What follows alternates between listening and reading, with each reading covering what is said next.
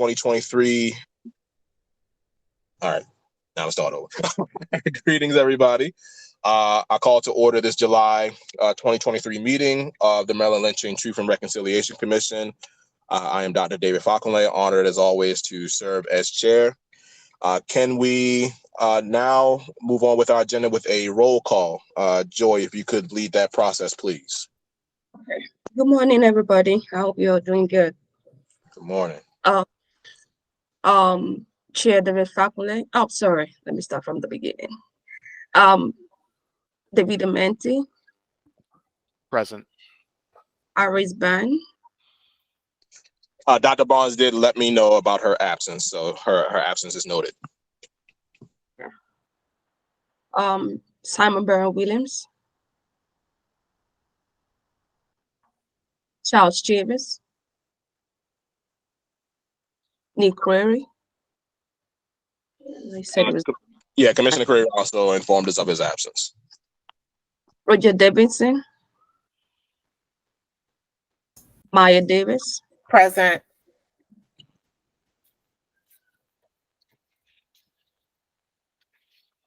Tasha Dupree Wilson. Omer Eaton Martinez. David Falconley. Here.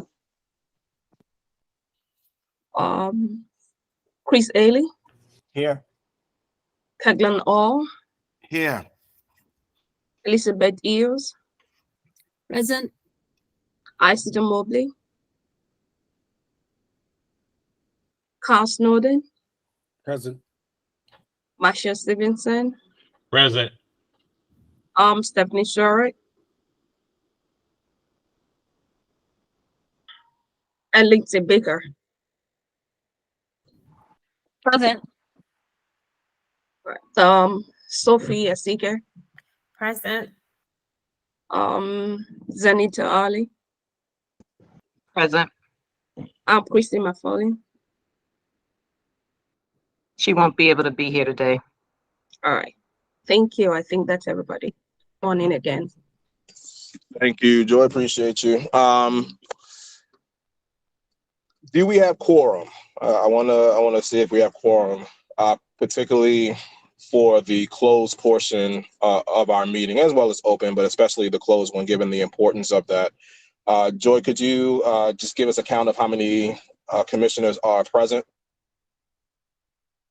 All right. So 1 second. Just trying to mark. So we have about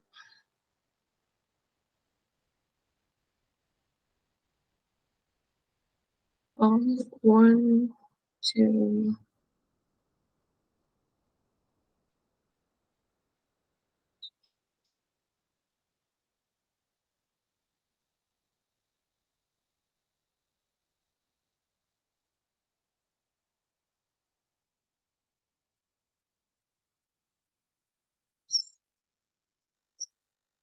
ten. Okay, so we do have quorum. Okay. Good. Thank you. I appreciate that, Joy. Thank you so much. All right, moving on with our agenda. The minutes from last month's meeting. I hope everyone had a chance to take a look at that. Thank you again, Joy, for the wonderful work with putting that together. If there are any edits, any changes that need to be made to the minutes, please share them now. Otherwise, someone can put forth a motion to accept the minutes as presented. Move to approve.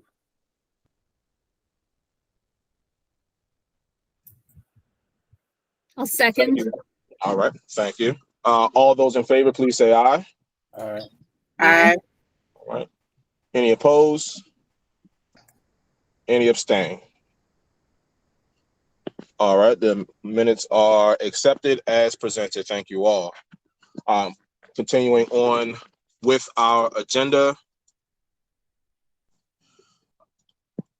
As always, we thank members of the public for joining us for this meeting, as well as for this process. it cannot be done without the public. So we are very grateful for the time and energy that you provide. If you would like to introduce yourselves, you can do so at this time in the chat. Give your name, give your affiliation. As always, again, thank you for your presence. Moving forth with the agenda to my comments, I will keep them brief. We continue to have work that needs to be done. We continue to move forward in many of our efforts, as was shared with in the last month's meeting. We are still in the process of acquiring a project manager, which will go a long way towards scheduling our remaining hearing sessions.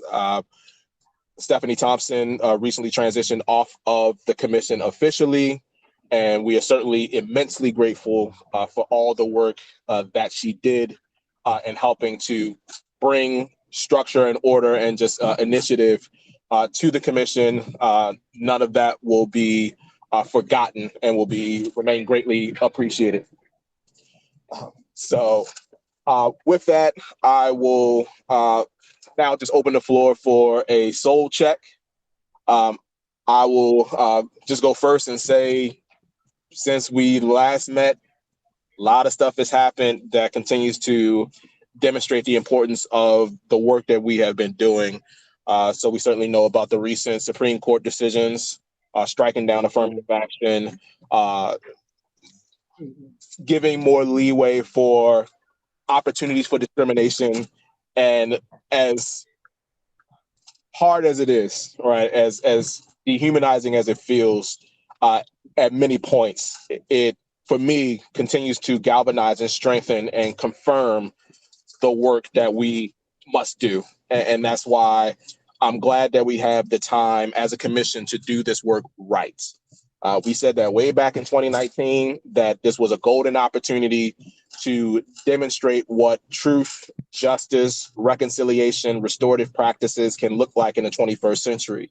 And that includes all the attacks against those things that we see right before our eyes. I mean, how many stories have we had since we started this commission, right?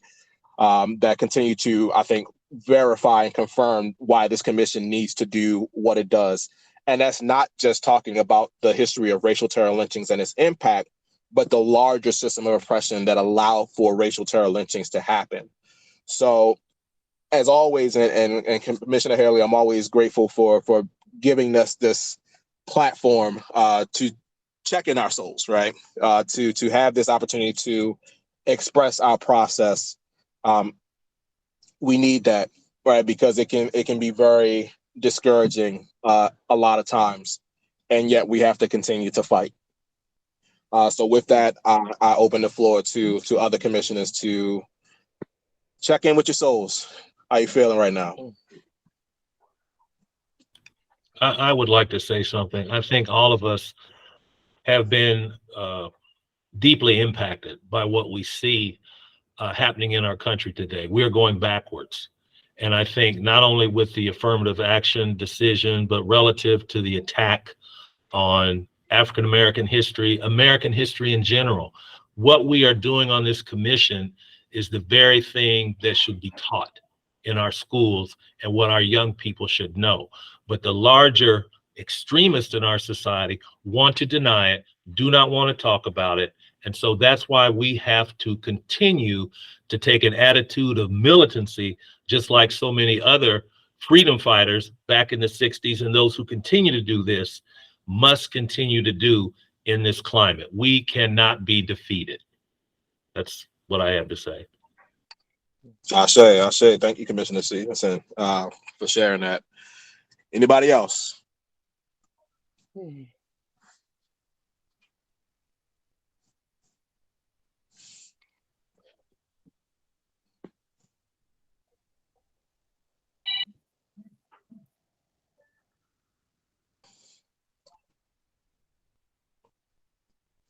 All right. Well, I will. I think that's a great way to transition from the soul check. And Commissioner Stevenson, I'm glad you said that. A sense of militancy really resonates with me. As many people know, one of my heroes in history is Fred Hampton. with the work that he did at such a young age with the Black Panthers in Chicago, and his ability to tell the story and unite many people. And we know that's what got him killed, was who he was able to unite around this common message and this common goal. And certainly in my capacity and in our capacity with this commission, that is what I want to do. There is a story here that should not just resonate with Black people. There's a story that should resonate with people who truly believe in justice, who truly believe in the humanity of all. And if we can unite people around that story, the story of humanity and the opportunities where it has not happened, systemically and otherwise, then that is the continuing catalyst for the change and the transformation. And like you said, the pushback against the pushback. Whenever there's progress, there is regression. There is a pushback. So for me, it is an understanding that the regression is a reaction to the progress. It is working, which is why some wanted to go back to the way it was. We just can't let that happen. And with this golden opportunity that we have as a commission, again, not just to talk about racial terror lynchings, but to talk about the impact of racism overall, both past and present and future, if we don't change what is happening, is an opportunity that we cannot slip by. So, hey, as far as I'm concerned, we'll take all the time we need. I feel good about who we have in our corner. I feel good about the support that we have, and which is growing. And I think it gives us that platform to share the truth, just like Fred Hampton did. Share the truth, just like Dr. King, Malcolm X, and so many other freedom fighters did. We have to tell the truth, and we have to do it unapologetically. So I thank you for that reminder, Commissioner Stevenson. Moving on with our agenda to committee reports. If there are any committee reports that need to be shared at this time, please do so.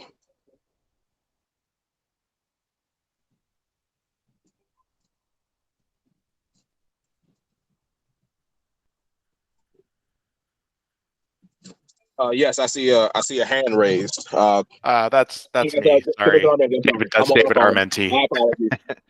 Thank you, Commissioner Armenti. Go ahead. Yeah, sorry, my label doesn't suggest as such.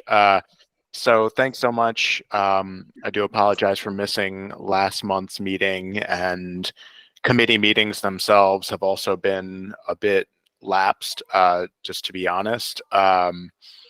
But I'm going to be working on scheduling a meeting for August, and working closely with our colleagues to determine the best times to try to have some consistency there. I know particularly in my committee, there are several university professors who obviously have very specific obligations on their schedules. So I'm trying to be very cognizant of that and work with them. So that being said, we are still chugging away, particularly through the work of our collaborators at Heritage Associates, who have continued to do the work of developing and learning about our individual victims, both through the circumstances of their killings as well as their genealogical and family profiles. So the latter has been the main focus in the past couple months. So I've received some updates from that ongoing work, which has been focused most recently on Prince George's County and Anne Arundel County. That is not to the exclusion of other counties or cases, but that's just where the direction that the research has led. So I'll just point out one highlight that was shared with me by our colleagues, that one of the Anne Arundel County victims, Wright Smith, was identified as a veteran of the Civil War, as a United States Colored Troops participant. So this is not the first of the lynching victims who's been identified as a veteran, particularly coming out of that Civil War era. I think it's really instructive when we put that, when we kind of build that into the overall historiography. So that was notable for me. And, you know, those are some of the details that as we update bios, as we share out further to the public, that we want to lift up that humanity, you know, that citizenship, you know, the things that the individuals were doing, and family members of theirs that just deserve to be known and shared. So just wanted to give that little bit of a highlight, and also just put it out to our fellow commissioners that whatever counties you are in, collaborating in, perhaps you're a part of one of the memorial project coalitions as well as a county representative. So just continue to reach out to me, as well as to Brett and Donna at Heritage Associates, Chris Haley as well, the research committee team, so that we can, you know, if there's information that you're getting either from out in the community or there are continued gaps within some of the biographical profiles, that those things are put on the radar of the research committee to kind of drive our focus, especially in lieu of an upcoming public hearing that would prioritize that. So after the meeting, I can share the research committee update with the committee. Whatever commissioners would like that, I can include you as well. And members of the public can always reach out to get more information. And within that update, I will also put forth the question about scheduling the August meeting, and again, trying to make that more conducive on a consistent basis for our university collaborators and commissioners who are so important to that, especially to the research aspect of the work. And I will also say, this is not necessarily a research update, but I'm going to go ahead and put it in the chat,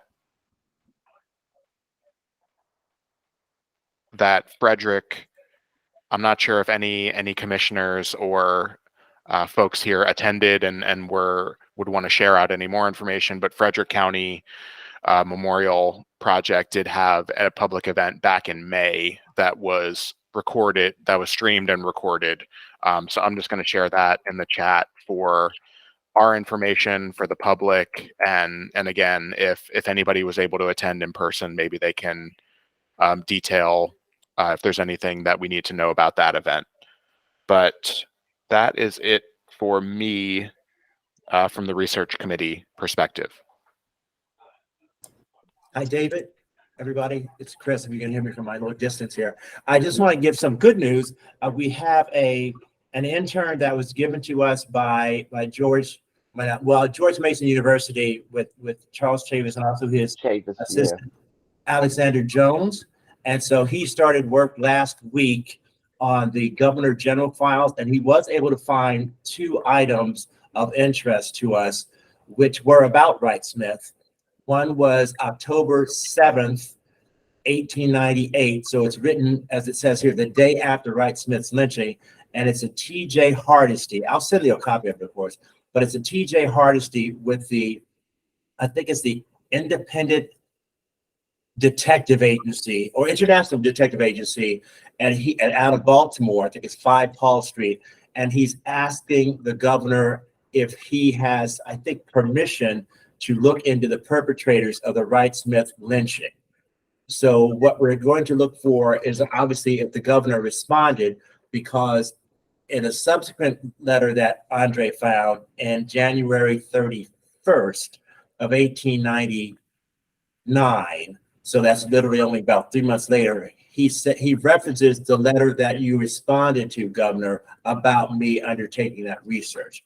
He doesn't go into it farther more than that, but so we're going to try to find the letter, the response the governor made, and then other different years we're going to look at. The challenge is that we don't have the interns for very long, but we have another one here at the Maryland State Archives, which we're going to have look at that same series of records starting tomorrow. Thank you. I'll definitely look forward to learning more about that. That's exciting. Absolutely.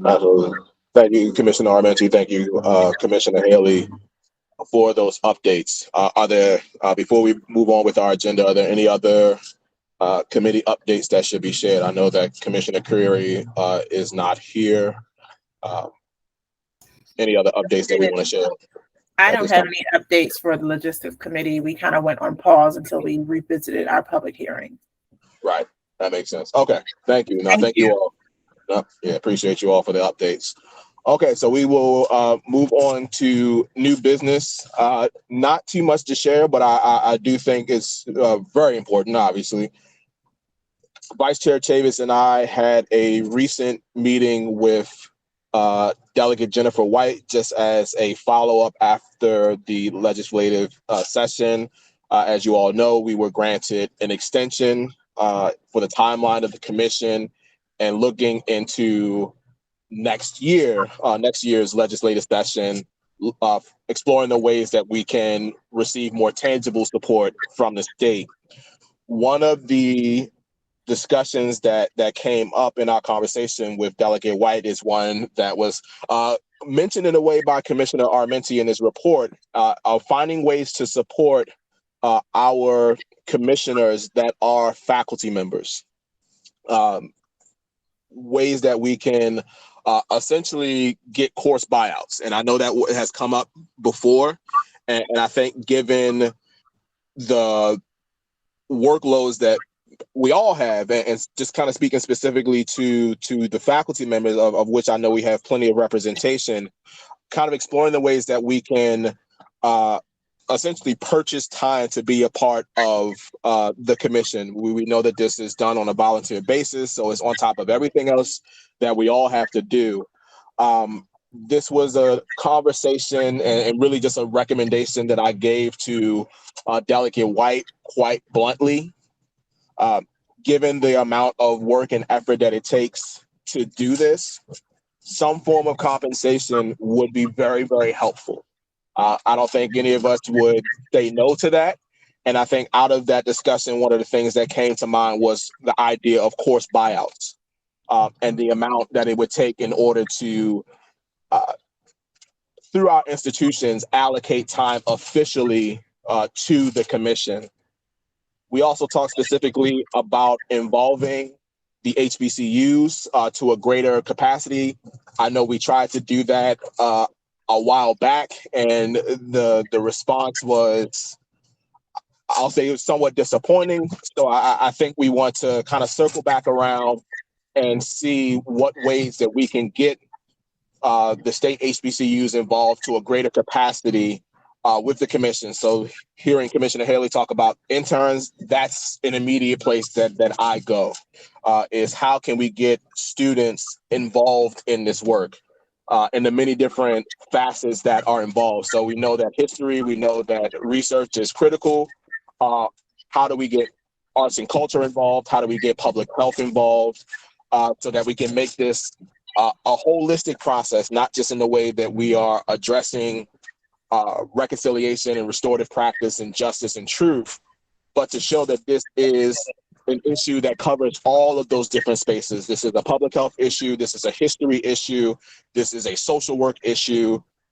This is a, oh, I know I'm missing something. This is a policy issue. So we know that there are many fields and many sectors that our work represents, and using this opportunity to strengthen that next generation of professionals in those different fields.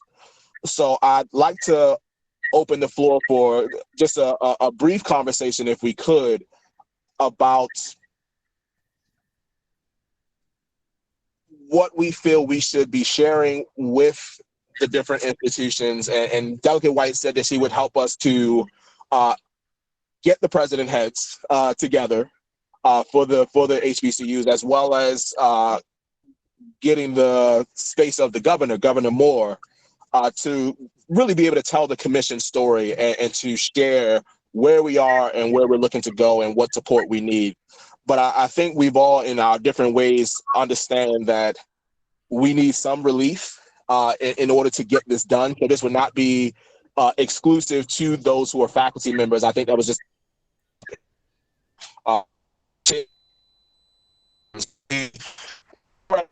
need to think about that much more intentionally and think about the ways that we can possibly make that happen with our existing support, if that's at all possible. And that's why I'm glad Denise give us that clarity. And then moving forward into 2024 with the legislative session, exactly what we would be asking of from the Maryland General Assembly in terms of tangible support for the commission. So with that, I open the floor to any ideas, any thoughts, any reflections. So as we continue these discussions with Delegate Wall,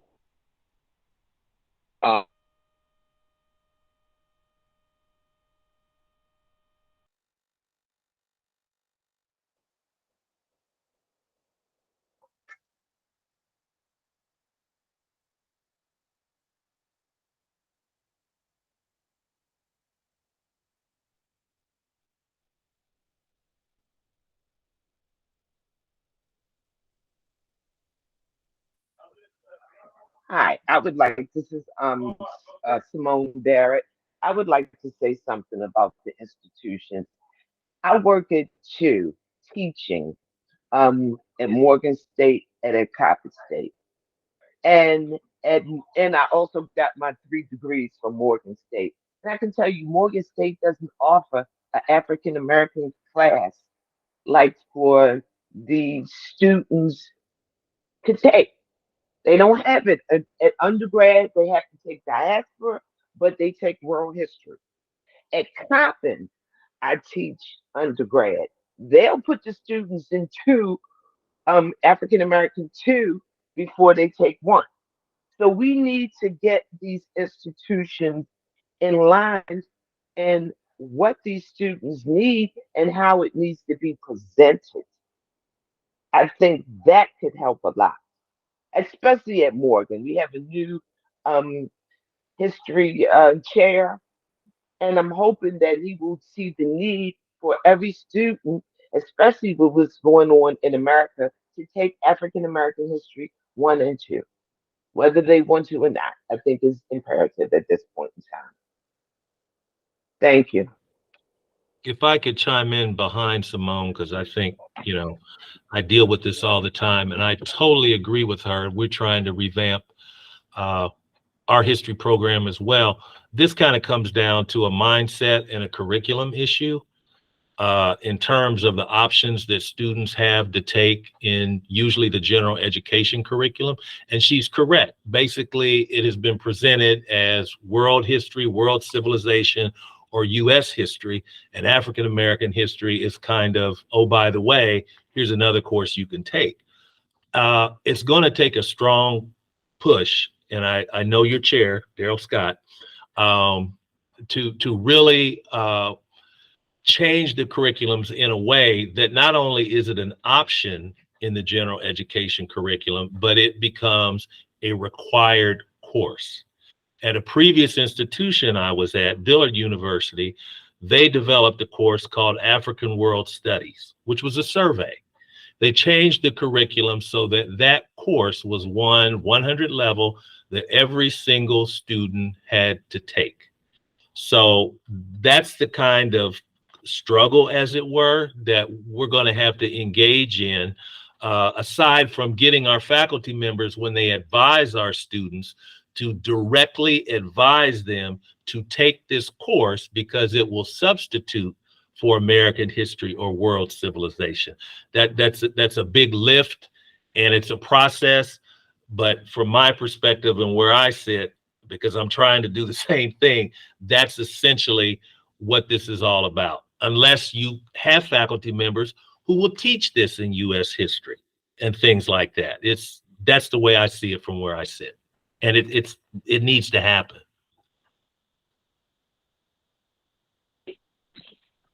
Well, thank you both, Commissioner Barrett and Commissioner Stevenson, for your thoughts. Anybody else? And certainly one of the things that I've been thinking about is, particularly again from the faculty side, the extent to which this can be incorporated within existing classes. So I teach public health. I I'll be very honest. When I started at Morgan, I had to figure out a lot on my own, which was fine, because it gave me the freedom to figure out things on my own.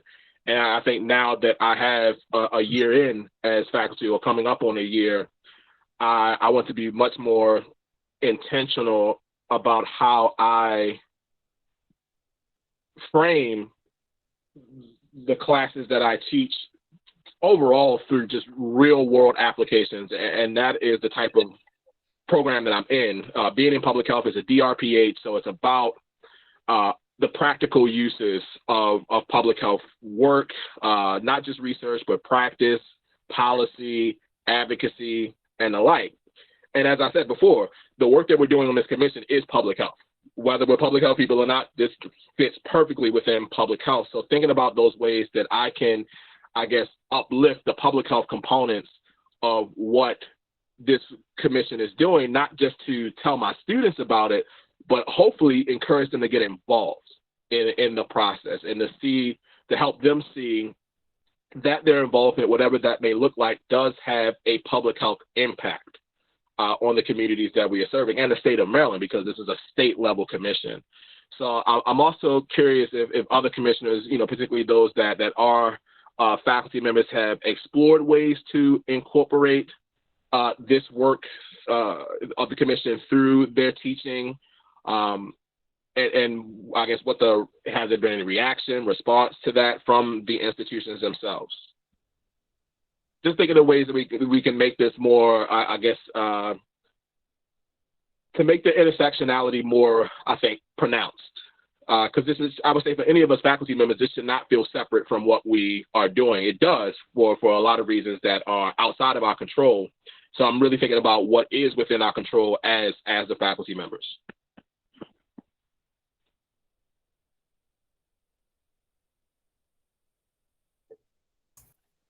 Hey, David, it's Maya.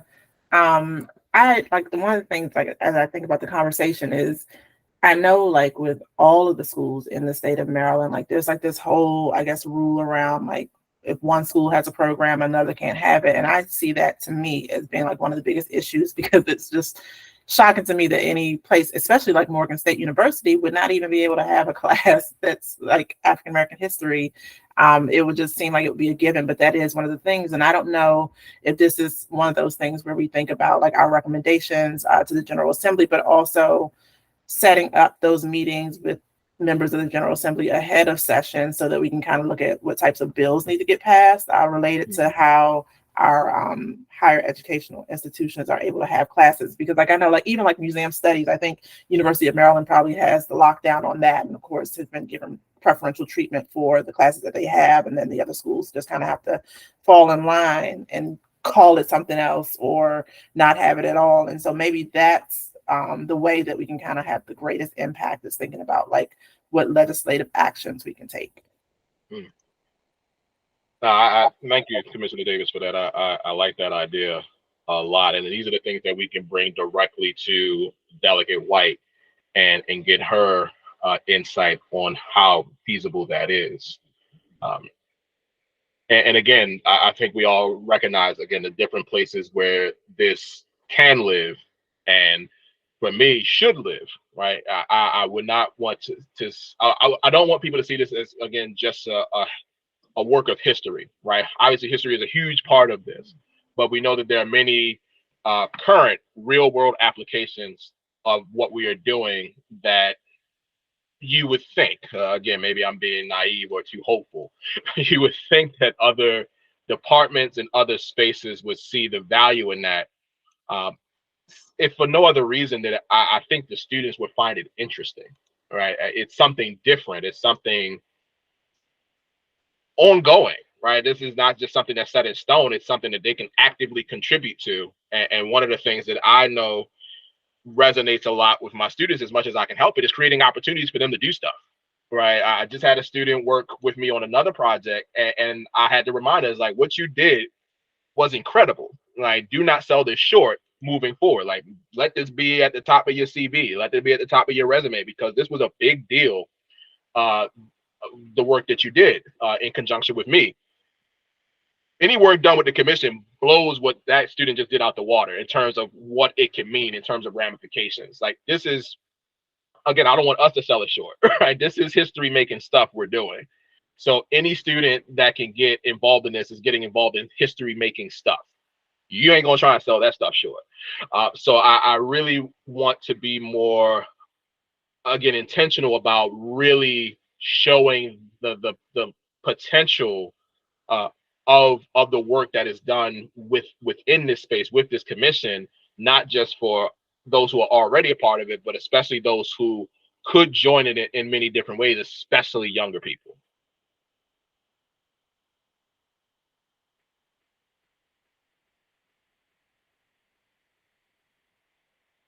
Any other thoughts? Any other reflections that people have?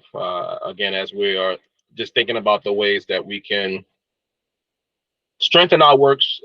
And yeah, it's not just confined to the HBCUs. I know we're focused on the HBCUs for obvious reasons, and I think that's obviously a great place to start with those HBCUs in the state of Maryland. But any institutions that we are representing, and I know we represent quite a few. How do we better coalesce those opportunities and coalesce those spaces to strengthen our work as we move forward? Any other thoughts come to mind?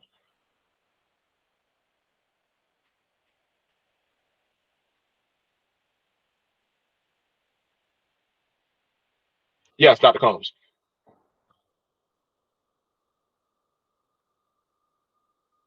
Dr. Combs, you're on mute.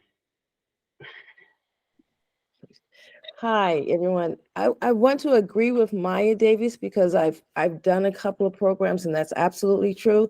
But if we can also go to the universities and ask them to accept the courses to sort of there be the legislative process is one, but also at a smaller or beginning process, perhaps we could get the universities to be able to accept one another's credits on those classes, and then we push, or the faculty who are in the HBCUs can encourage their students to take classes at Maryland, who does have a wrap on this. That's all. Thank you. Thank you, Dr. Combs, for that. Okay. No, I appreciate it very much. Commissioner Armenti, I see your hand. I want to acknowledge the note that is in the chat as well from Hannah Lane at Maryland State Archives. But I'll just state my piece, and then if she wants to further on that, go ahead as well. But I'll just say that we have had a few somewhat productive collaborations with universities, however, those were ones more associated with the public history program. So that was both at UMBC as well as Towson University, neither of which are commission representatives or HBCUs. So it's a little bit different of a context, but I do want to at least point out that those have occurred, and public history being another avenue that I think very clearly intersects with this work. So the ability for a course to be designed and have this sort of either research or remedies kind of built into it, there is at least a bit of a model there from the research perspective. And I would also say, just speaking on behalf of my institution, which is a nonprofit organization, a museum, and a research center, that should the conversation go further, let's say it starts with interns out of HBCUs, that if it's a matter of kind of supplementing management time or perhaps funding to support that I would want to be a thought partner about how my organization, and other nonprofits or agencies that are represented on the commission, might feel the same, that we don't want this to be a burden that, especially a financial burden that just falls on the state and the HBCUs, indirectly there. So, put our name in the hat too, as a kind of developing a plan around that. And working to support it. Thank you, Commissioner Armenti. I appreciate that very, very much. And yes, we hope for this to be a collective effort amongst all the institutions that are represented by the commission, and even beyond. Yes, Lindsay, I see your hand.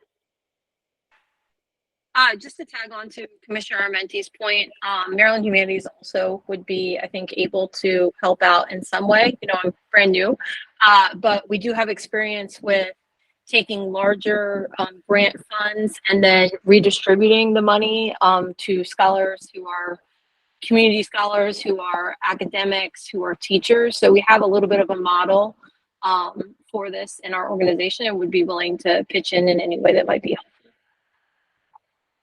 Thank you very, very much. I think that model would be good to explore if we could do that. I think much of what we need is the models and the paradigms and the structures that can make this happen. Even in this conversation, and I know this is not our full representation, we've already got institutions that are willing to collaborate, even within academic spaces and outside academic spaces, in order to cultivate these opportunities. And I do, again, going back to Commissioner Armenti, want to raise what Hannah Lane wrote. Thank you, Hannah.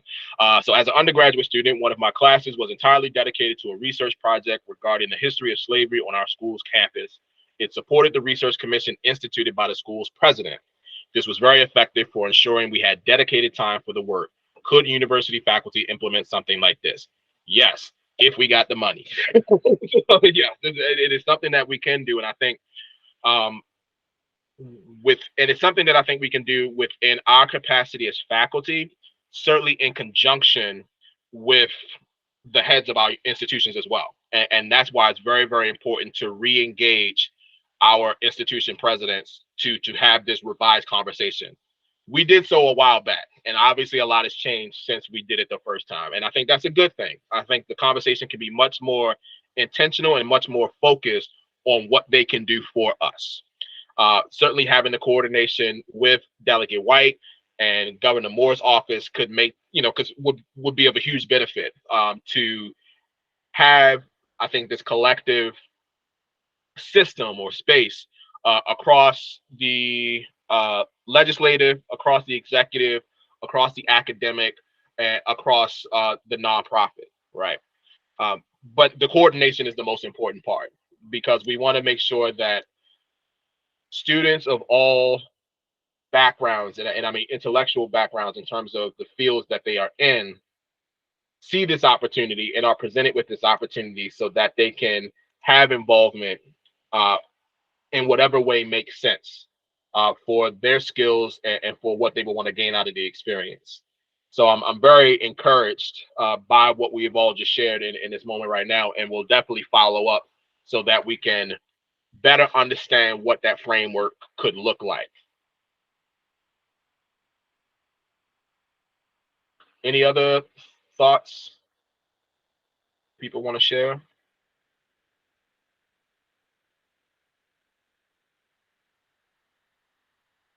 Commissioner Haley. Yeah, hi, thanks.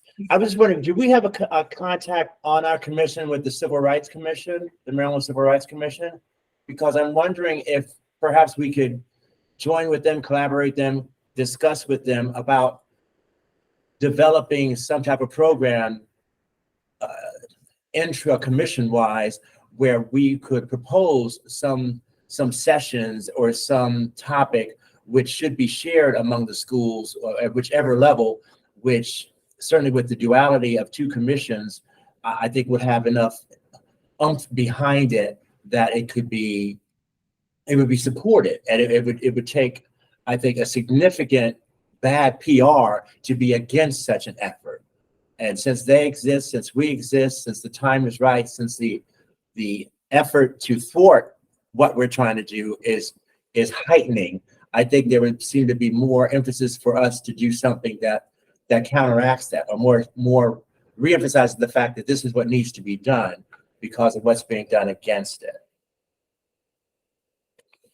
And to answer your question, Commissioner Haley, that would be Commissioner Seward. She is the representative that took over for Gary Norman, I believe. So we do have that contact, and I agree with you. So I'm glad this is all being recorded because I will not remember all this. I don't think any of us would, but I think we have pieces in place, which is wonderful. I'm glad that we can have much more intentionality about how we can cultivate these opportunities, not just within academic spaces. And I do want to be clear about that. I think we see opportunities for people to be involved even outside of the research. I have an email that I received from a member of the public who's been helping with the PR, and in the work that she's done in helping to promote the commission and the hearing sessions, she reached out to colleagues who are professionals in PR, and they said just that. You need a professional PR person to do this. And I don't disagree. We need someone who can be committed and intentional about spreading this story in the targeted places where it will resonate.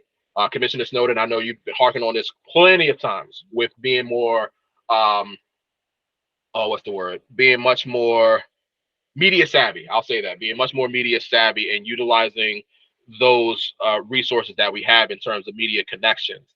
And I think it's just a matter of having a team. We would not want to put this on any one person. That's the pitfall. The team that can oversee and guide that process of sharing the story with these different spaces that can carry the story beyond our reach. And that too can also be done in conjunction with institutions. Morgan State, for example, has a media outlet. We have media outlets within these various institutions that we can use, as well as outside of these institutional spaces that are media outlets, of course.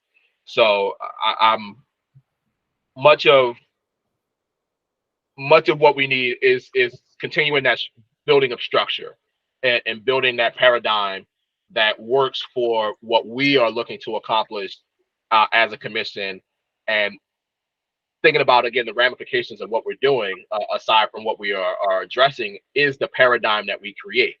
This is something that we want to pass on to other commissions and other groupings of people that are looking to address, again, reconciliation, truth, justice, restorative practices, and all the things that we are doing, and give them that template that could be helpful in what they are looking to pursue as well. Mr. Chairman, let me share something that might be helpful for the commission. Yes, sir. I was on a meeting earlier this morning, and I think it would be very, very informative. A woman named Robin Simmons. She was a former alderwoman in a place called Evanston, Illinois. Her leadership enabled that city to adopt the first reparation program in the nation. It is in Evanston, Illinois, and it's going on even now. People being African Americans in that particular city are being paid for the harm that they suffered. She really had a really great idea of how to present that in such a manner that people see it, buy it. It wasn't divisive. She was able to do this in about a 2-year time period, and it's going on even as we speak. She spoke this morning to a group of African American leaders from around the state of Maryland, and I think you're going to hear reparation coming up very soon in some of these local jurisdictions. But I think she'd be a great person to come on, just kind of tell a story of how she was able to do it, what the obstacles were. So as we move forward with our own list of recommendations, she may prove to be an invaluable resource. Absolutely. Absolutely. If you are able to make that connection, that would be wonderful. Very much happy to speak with her and request her presence if she's willing to provide it. And I agree. We continue, as much as people have reached out to us about how we've done it, we continue to reach out and welcome people to let us know how they did it. So I very much would appreciate that connection, Commissioner. Thank you. I will send it to you. Thank you so much. Any other thoughts before we continue with our agenda? This has been wonderful. I didn't even think it would go this deep, but I'm so glad it did because this is all encouraging stuff for me, and should be for us. It is not a lack of. There are things that we need in terms of resources. I think there's no doubt about that. But so much of, I think, the nuances of how we would maximize those resources are present. And it's just a matter of organization and a matter of finding an approach that works for us. It has to be unique to our circumstances, not just as a commission, but as the commissioners who make it up, as well as the members of the public who support it. So this is that opportunity. And again, we have some time with which to do it. So I want us to utilize that time to be effective and efficient with all that we are looking to address with this work. So thank you all again for your insight. And once again, I'm excited about what we're going to continue to do in that regard.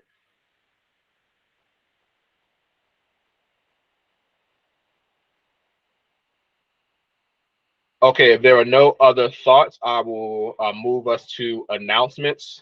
One thing that I would like to share very quickly is an email that I received from Ohio State University, and it is an invitation to participate in a Truth and Reconciliation World Cafe. As a matter of fact, instead of trying to summarize it, I'm just going to read this short email that they sent.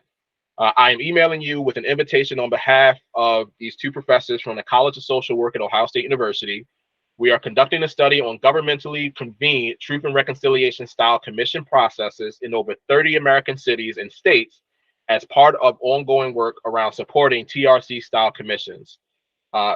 They reached out to me as chair of the MLTRC, and they invited me to participate in a 2-hour virtual conversation with commissioners from other commissions around the country.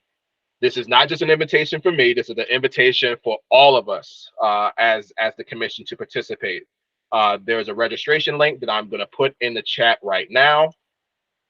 This will take place on Thursday, August 17th from 1:30 to 3:30 p.m. Put this in. Okay. I just put the registration link in the chat. Please, if you are available to attend, please attend. I will do my best to attend as well. I think this will be a great opportunity to really, honestly, Commissioner Snowden, the sister that you just mentioned, I wouldn't be surprised if she was there. I wouldn't be surprised at all. And I think it's very timely that I received this invitation to participate. I think for whatever any of us could share about what we've done, I think we'll learn so much more from other commissions across the country. So as they said, over 30 cities in the U.S. hopefully will be represented as a part of this conversation. So yes, if you are able to attend, and members of the public as well, I open this to everyone who is on this call right now. I hope we can put this on the commission website as well. I think this is just a great opportunity for all of us who are committed to this work to convene with other people who are committed to this work and to see what they are doing in that regard. So again, August 17th from 1:30 to 3:30 p.m. If you are able to attend, please do. Are there any other announcements?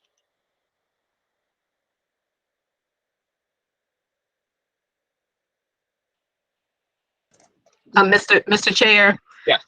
Just a quick update from the Attorney General's side. Yes. So we are in the process of reviewing. I think we got, and thanks to all of you who sort of in the final hours really beat the bushes to get us some additional candidates for the project manager position. It was slow at first, but I think we now have at least 6 candidates. Some of them look promising, and so we've started the process of reaching out to schedule those interviews. And so I think what I'll do is reach out to maybe you and Charles and have you all figure out who will represent the commission on those interviews. I think in the past maybe it was just you and Charles. I'm not sure, but I just want to give you a heads up that we're starting the process of scheduling those interviews, and so we'll be reaching out with some dates and times, asking representatives to make themselves available to participate in those interviews. Absolutely. And I certainly welcome other commissioners to be a part of that process. We know how great Stephanie was. I'm trying to get us another Stephanie if possible, right? So knowing those who have had those interactions with her and putting together the hearing sessions, and again, just all the infrastructure that she helped to cultivate, I welcome your insight as we try to find a suitable replacement for her immense impact. So thank you, Zanita, for that update. Are there any other announcements? And to members of the public, if you have any announcements, please feel free to put that in the chat. We certainly want to acknowledge anything that you want to share with us, as well as other members of the public who are here. To commissioners, again, are there any other announcements that you want to share at this time?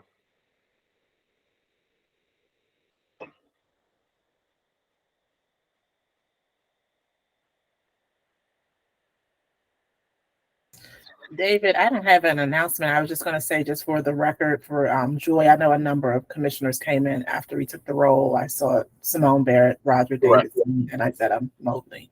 No, thank you. No, very important. I appreciate that. I got them. Yes. Okay. Okay. Thank you. Appreciate that. Thank you all for being here as always. If there are no other announcements, then I will, and I got to do this right. Give me 1 second. So then at this time, we will continue the meeting in a closed session. The reason being, pursuant to General Provisions Article Sections 3-305B7, we would close the meeting so that the commission can consult with legal counsel to receive legal advice regarding obtaining public records. So with that in mind, do I have a motion to adjourn to close meeting? So moved. All right, thank you very much. Is there a second?